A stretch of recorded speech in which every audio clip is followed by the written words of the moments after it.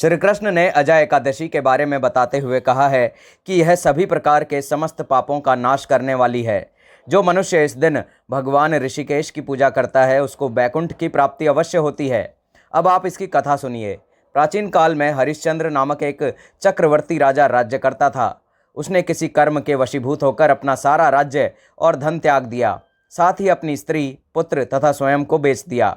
वह राजा चांडाल का दास बनकर सत्य को धारण करता हुआ मृतकों का वस्त्र ग्रहण करता रहा, मगर किसी प्रकार से सत्य से विचलित नहीं हुआ। कई बार राजा चिंता के समुद्र में डूबकर अपने मन में विचार करने लगता कि मैं कहाँ जाऊँ, क्या करूँ जिससे मेरा उद्धार हो जाए। इस प्रकार राजा को कई वर्ष बीत गए। एक दिन राजा इसी चिंता में बैठा हुआ था कि गौतम ऋषि आ गए। राजा ने उन्हें देखकर प्रणाम किया और अपनी सारी दुख भरी कहानी सुनाई। यह बात सुनकर गौतम ऋषि कहने लगे कि राजन, तुम्हारे भाग्य से आज से 7 दिन बाद भाद्रपद कृष्ण पक्ष की अजा नाम की एकादशी आएगी। तुम विधिपूर्वक उसका व्रत करो। गौतम ऋषि ने कहा कि इस व्रत के पुण्य प्रभाव से तुम्हारे समस्त पाप नष्ट हो जाएंगे।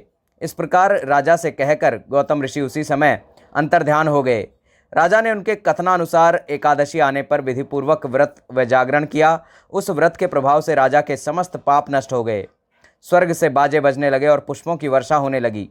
उसने अपने मृतक पुत्र को जीवित और अपनी स्त्री को वस्त्र तथा आभूषणों से युक्त देखा। व्रत के प्रभाव से राजा को पुनः राज्य मिल गया। अंत में वह अपने परिवार सहित स्वर्ग को गया। हे राजन, यह सब एकादशी के प्रभाव से ही हुआ। इसलिए जो मनुष्य यत्न के साथ विधिपूर्वक इस व्रत को करते हुए रात्रि जागरण करते हैं, उनके समस्त पाप नष्ट होकर अंत में वे स्वर्गलोक को प्राप्त होते हैं। इस एकादशी की कथा के श्रवण मात्र से अश्वमेध यज्ञ का फल प्राप्त होता है।